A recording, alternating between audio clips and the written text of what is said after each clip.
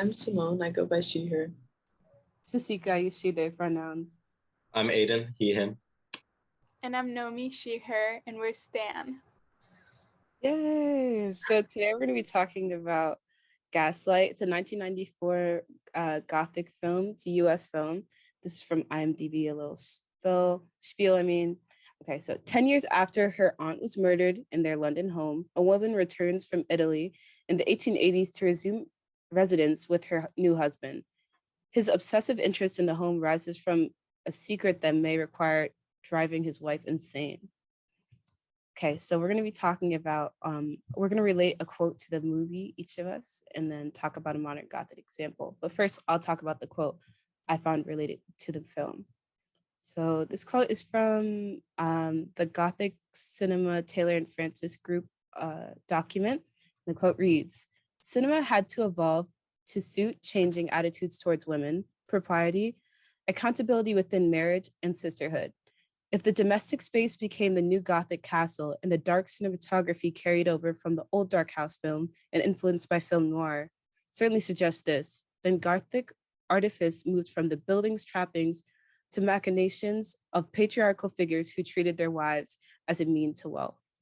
So I feel like in this film, specifically, I'm going to be talking about the scene where Paula is introduced and Gregory is telling Paula her duties and such, and how this shows that the Gothic trope birthed this new version of the Gothic trope, which respected women more, birthed the version of the male manipulator we know today, which follows the fine line between coincidence and coercion. You'll see in this scene, he's talking to Paula, but even though he's speaking to her as a fellow human being, you can see that there's some sort of authority that goes beyond him being her boss that is a little awkward. You can see that shows that film is evolving more to be treating women as equals, even though he's still, being disrespectful. And he also speaks of his wife as though she's a human with no thoughts or feelings. He's saying, she tends to be a little brass and she's very sharp about how she likes things, basically telling Paula to not see his wife as an equal.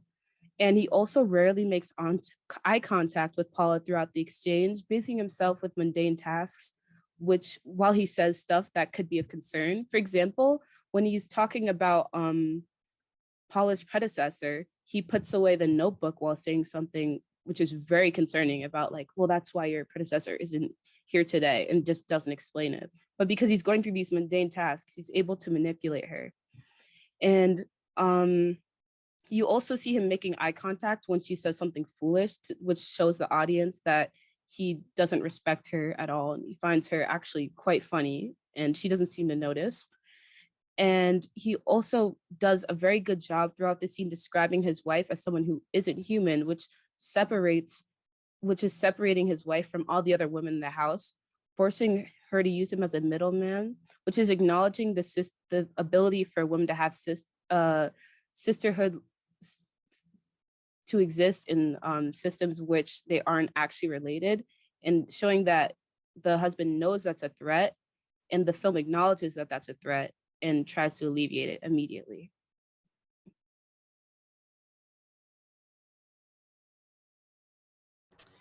Yeah, I think that's a really good scene to talk about the sort of duality of how we view Gregory and how Paula views him. It also relates to my quote from the other article. It states, "The central feature of the Gothics is ambiguity, the hesitation between two possible interpretations of events by the protagonist, and then often in these filmic presentations by the spectator as well."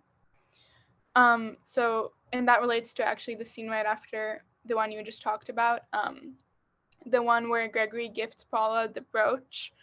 And the audience at this point is still not consciously and completely suspecting that Gregory has cruel intentions. So it's a very sort of subconsciously conflicting scene in the way that we view Gregory. We've been given some very subtle hints that he may be, worthy of our doubt. Like the close-ups of his expression changing when they're hugging, when she can't see his face, but mainly when he grabs the letter from her when she reads the signature. But when we examine this scene specifically, because of the sort of kind nature of what he's doing, like he's gifting her something that he claims is valuable to him,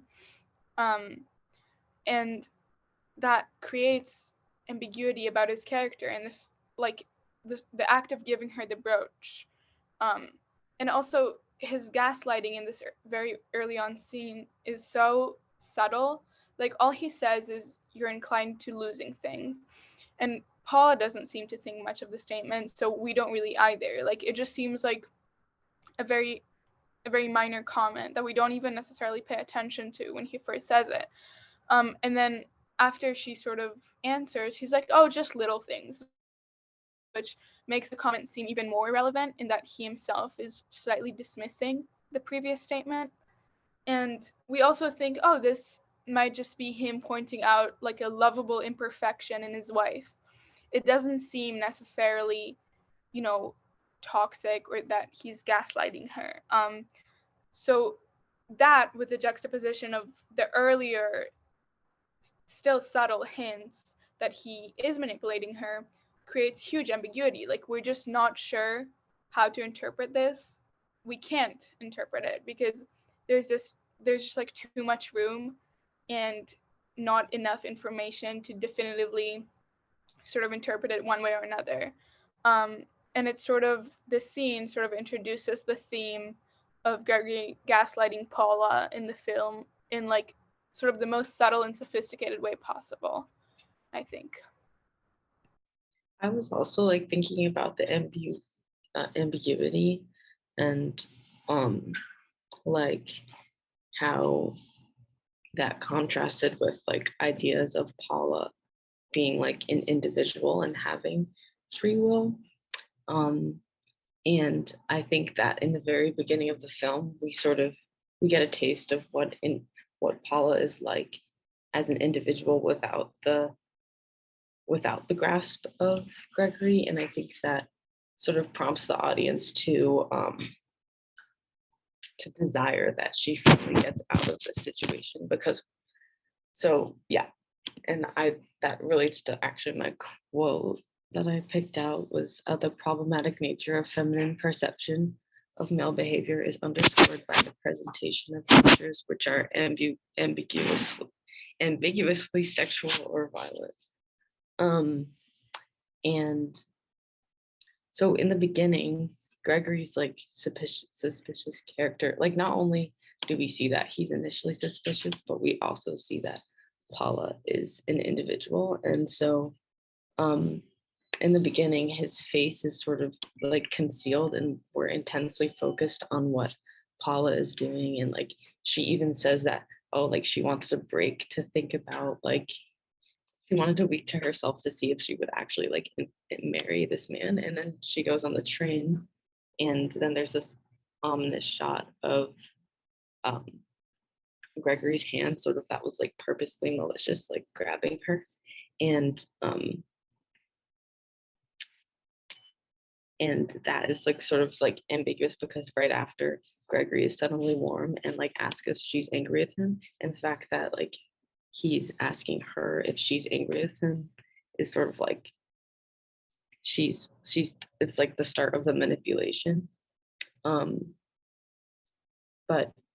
and then near the end, although it's like frustrating that Paula doesn't really like find herself without this help of a male, it's like she still directly confronts Gregory. And I think that just the beginning like affirmation of her individual self is already is like getting a little lost in my thoughts here, but yeah. I don't know if anybody wants to add on to that.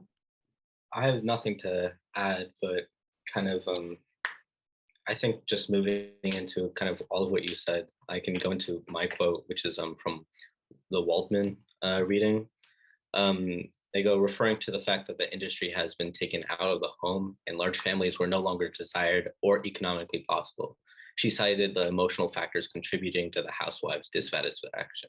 The home is no longer the center of the husband's life, and the woman finds herself without occupation and with an unsatisfactory emotional life. On the other hand, the culture was beginning to offer a life outside of the home for women. The conflict that clashes between old attitudes and trainings and the new marketed this as a transition period for the woman. I think this kind of encompasses a lot of the overall feeling and the impact that Gaslight itself had. This transitional period also is an indicator of why this quote kind of illuminates why this genre was still so popular, why it's been popular and still remains somewhat popular and is created.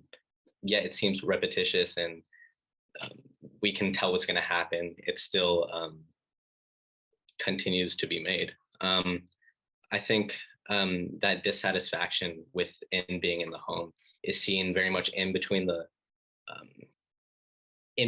lot of the main plot points of Gaslight. That overall feeling and emphasis of being trapped within the home, the frustration and lack of control that she has. She often mentions wanting to see the outside world. Don't leave me alone inside the zone, inside the home. Keep me in my room. She's scared to be in her own home, which is a feeling that is extremely alienating when you can't go outside and see the other world, see the people that you know. I think that repetition, as Naomi said, that can be interpreted in different ways of whether she herself is mad or she's being made to seem mad. Oh, what is happening around me? Is it really real? And I think that the way it is created so consistently and repeated throughout the film so many times where it feels exaggerated, yet to the audience, it may seem relatable, especially during this time period. They mentioned in the readings also that a majority, despite a lot of the sexist portrayals, a lot of the audiences were comprised of women. There was an element that seemed relatable of being trapped within your own home, within this patriarchal dynamic of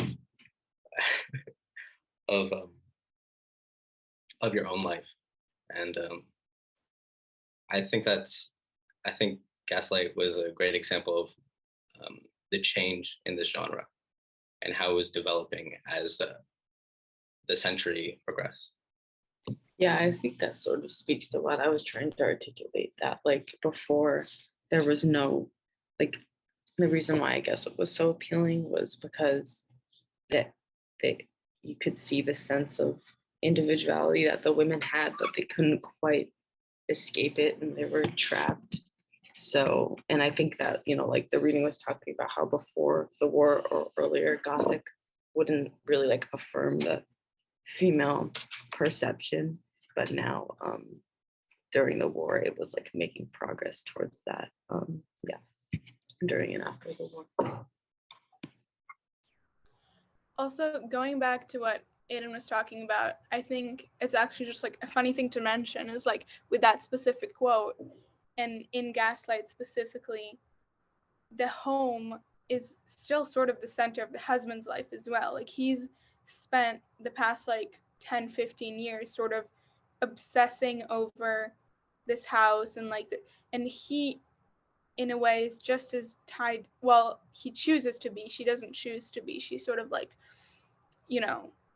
is forced to be like to stay within the house, but he sort of is equally tied down to it as she is. And I think that's just like an interesting thing to think about in this specific example, even though like most of the time that's not the case. But I definitely agree with that because like in the beginning of the film, like I was talking about how like his face was concealed, sort of for the most part. Yeah, like his face was turned and you couldn't really see his face. And then like when you did see his full face, it was covered by gates, when his face was finally like fully revealed, it was actually at the front of the house when they first entered.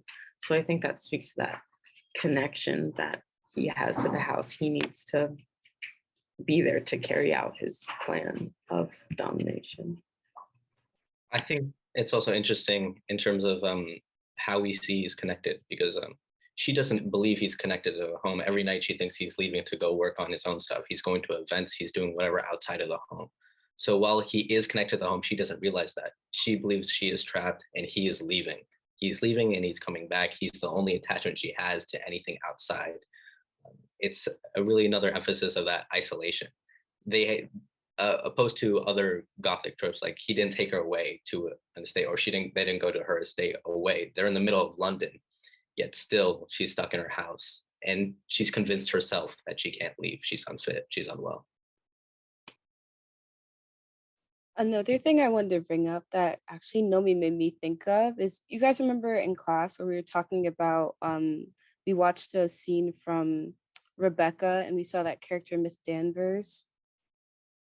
I feel like Gregory kind of reminds me of Miss Danvers in the specific scene I was looking at, just in the way that he's just consumed with judgment, like underlaying in all of his interactions with any woman throughout the film is, oop, that's crazy. Any woman is just judgment. It's just constant, like he does not, it's not a genuine interaction for him. Like he thinks that they're less than. And it also just speaks to that that ambiguity, again, Nomi and Aiden were talking about, of how it could be interpreted as judgment or just as, like he's just a little off. But yeah, I just found that really funny. Like he's just so judgmental that it's almost funny, because why are you acting this prissy right now as a man? Yeah, I think they kind of split that Miss Denver's kind of role in between Nancy and Gregory, and that dynamic kind of also further drove Paula mad, because she's like, is this his mistress? Or, does he like her? And I thought that was really interesting how they did it. Can't say that. Okay, now we're going to talk about some examples of the Gothic in modern media. So I chose my favorite show, Rick and Morty. It's an Adult Swim show. It's an animated show about a grandfather and a grandson going on adventures in outer space. But their relationship throughout the seasons, I believe we're now on season 6, is a good example of the modern Gothic trope, but in a different context. So obviously they're not married, but I see Morty, the grandson, as the female character and Rick as like the husband in this situation. Because when they first meet, Rick literally crash lands into their house, and that's how he enters Morty's life. He crashes into the family home of the wife who is, of his mother, who is Morty's mother, who is Rick's daughter. And they go on adventures together in outer space, isolating Morty from the world he knows, obviously. And the outer space for Rick is somewhere where he's very comfortable, because he spent his whole life traveling the universe.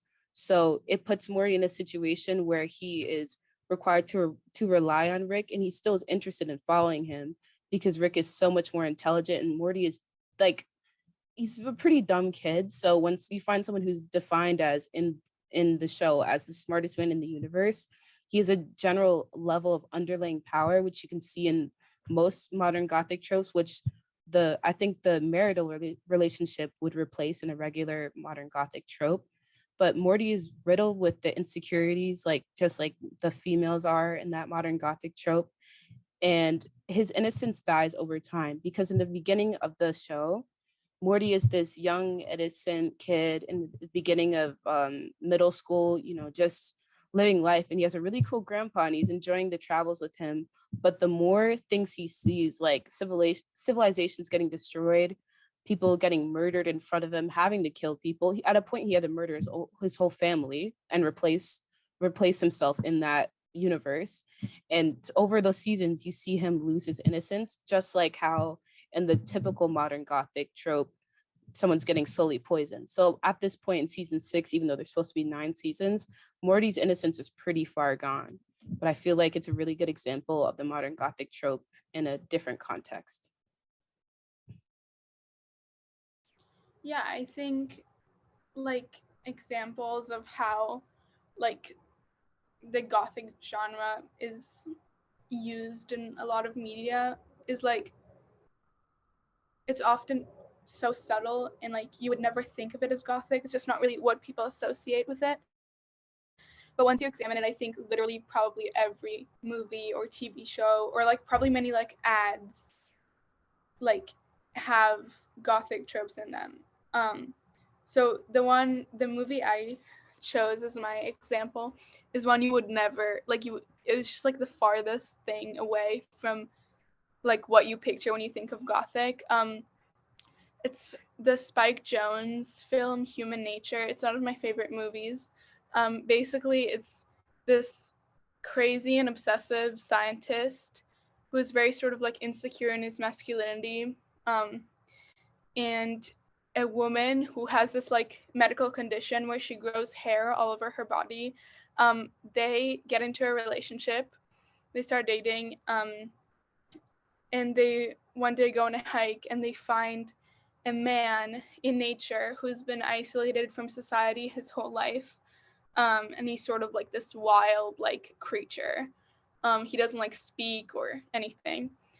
So the scientist, he's like obsessed with like like manners and like politeness and like there's no other more proper word for it, but so he takes him, he puts him in his lab, and he starts training him um, to be more, to be like a respectable member of society.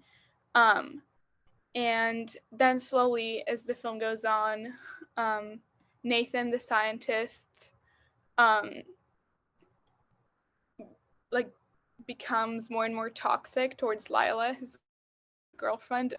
And it seems that he's like slowly poisoning her. Obviously not physically, but metaphorically, he's sort of like feeding her these ideas that are very misogynistic, and he's like really disgusted when he finds out about her condition. And he just sort of makes her really insecure in her femininity. So and this happens very gradually. Um, and then eventually, as Puff, the man that they capture, is able to talk and like becomes this like full on like just like a new character. Um, he sort of rescues Lila, who's like always stuck in the lab, and just like takes her away, and then they live in nature. And they're like really happy together, and he sort of like shows her like his way of living, and you know and I think, like I said, this movie is like potentially the farthest thing away from what people think of when they think of Gothic. Like, it's literally, it like the farthest thing away from like being a cliche, which I feel like Gothic films often are. Like, like the doors creaking and like the old castles, and this is like so far away from that, but it still has, other than the one I just talked about, like I'm sure other Gothic tropes. So it's just like it like other than the damsel in distress being saved from a man who is like unveiled as evil by another man. So that trope is like so inescapable, even in forms of media that seem, progressive and modern. It's just everywhere. So yeah. It actually reminds me a lot of Breaking Bad. But the way that the male sort of like rises to power. This sort of like, so Walter White, he's a chemist, and he sort of uses science to realize that he can become some sort of force, maybe even stronger than nature.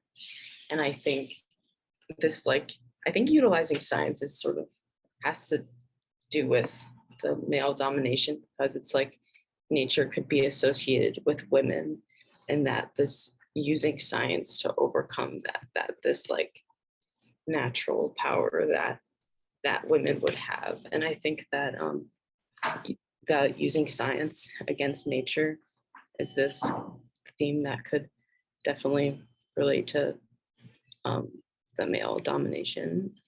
And I think that Walter White, he believes that he can, with this power, manipulate Skylar and make her not be suspicious of anything that he's doing. And like she, in the beginning of the show, is sort of like stuck in the house, having to take care of like the household duties and like of their child. And she struggles with that, and eventually she even seeks like possibly an idea of an affair, like so that validation of like another man might make her feel like, like the being saved by another man. But ultimately she does escape this and actually ends up working with Walter White. So it's sort of like a failure of the Gothic trope. Yeah. I think I'm kind of taking a different approach. I was going to talk about Barry, but it reminds me a lot of Breaking Bad, but in a different way. The relationship between Walter White and what's his name? What's his name? Jesse? Jesse. Yeah, thank you. Can't believe I forgot Jesse's name. But I just think that dynamic as well. There's a big power imbalance where Walter White kind of roped Jesse into this, and he's holding him hostage along the way. He has no escape, and he isolates him from everybody, literally killing his girlfriend as well, so that Walter's all he has. I was going to talk about Barry in that sense. Barry is a story about a disillusioned hitman who's quite depressed and doesn't like being a hitman, so instead he wants to turn to acting. He left the military with no one, and his dad's friend takes him in, named Fuchs, and Fuchs uses him for Barry's skills, not his possessions, but instead what he can do, which is kill. So through that, they make money. However, in that way, Barry was already isolated. Fuchs takes him across America, isolates him. They live in hotels and they do these jobs. He has no way out, in which that he can escape because Fuchs is all he knows. He's the only relationship he has. So there's this internal struggle that you see in things like Gaslight and Barry and Breaking Bad between these relationships, which I think is very prevalent in a lot of media. Kind of similarly, 1994, The Crow.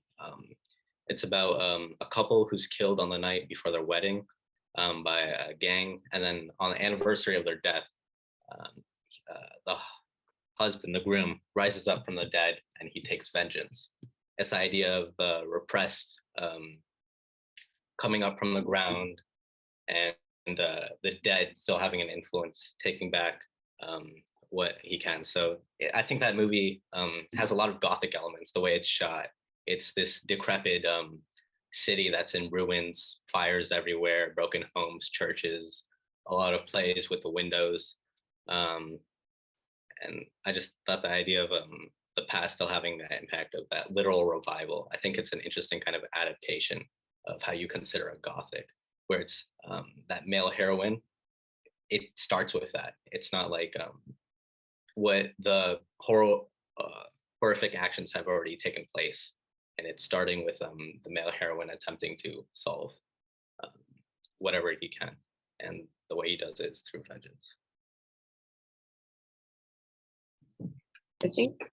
I've noticed, at least with some of these, that it starts with sort of the emasculation of the man, that like it starts with an insecurity of like not being man enough to control the woman, or like actually have a woman, if you can phrase it like that. But I think in Gaslight, even like the slight possibility of rejection that Paula has sort of like has to do with it a little bit. I think that's sort of a theme. Oh, I'm sorry. You just brought up a great point that had me really wonder, like, before this, it makes me curious. Do you guys believe that the relationships between men and women when it came to like romantic interactions were more pure before? Because Gaslight definitely defines the way men act now. I feel like we can all agree upon that, that like that form of just the male manipulator, like that's just what we're used to now. But I wonder, like, do you guys have any ideas of what it was like before and how that change would have happened? Because like I really can't think of men acting any other way. Um, I think that's, I mean, I definitely know what you're talking about. I think personally that seems pretty pessimistic to me. I think people just like don't like the film is from like what 60 years ago. I think people like humanity, society, interact like dynamics between men and women just don't change that quickly and that drastically. I think it was probably around the same, like many, you know, unhealthy relationships and many healthy relationships. I don't think you know, it was that probably drastic of a change. But maybe. I don't think I agree with Naomi on that about it's not necessarily the relationships are changing, but maybe the portrayal. I think often in like earlier cinema or early 1900 cinema, it was definitely more repressed and more surface level, which may seems more pure and more idealistic. Um, and then the roles kind of change in how they want to portray certain things when necessarily they can. I think in the Waldman reading, he talks about how during the turn of this history, the culture was beginning to offer a life outside of the home for women. Openness about sex would challenge it to the domination of sexual life by Puritan ideals. And I think that kind of allowed for more expressiveness within a relationship, at least in media. Okay, yeah, that definitely. Oh, so sorry, Simone. You can go Oh, ahead. well, I definitely think that sometimes even the getting like the more as society's opening more and that like sexuality of women is more, you know, accepted, it actually even heightens the I just think it comes down to the universal fear of a woman being stronger than a man. And I think that's just something that won't necessarily change. That I think that's gonna just the fear of women. Yeah. And I think that all these media, well, not all, but Breaking, I just keep on thinking of Breaking Bad. And like the beginning of the show, he was emasculated by his family, and then like it's sort of proving that. Yeah, I don't know. And same with the Nomi's movie. Yeah. And I guess like also just competition between men. I don't know. And I don't know much about Rick and Morty, but you said like he was. Which one was the one that was like Morty's the insecure preteen boy. yeah, so like sort of like he's not fully like he's like, you know, adolescent. He's not like gonna be the stereotypical man. Yeah. Yeah, so I feel like we had a really good conversation about gaslighting and men being gross and that being described in media. So yeah. And that's all, folks.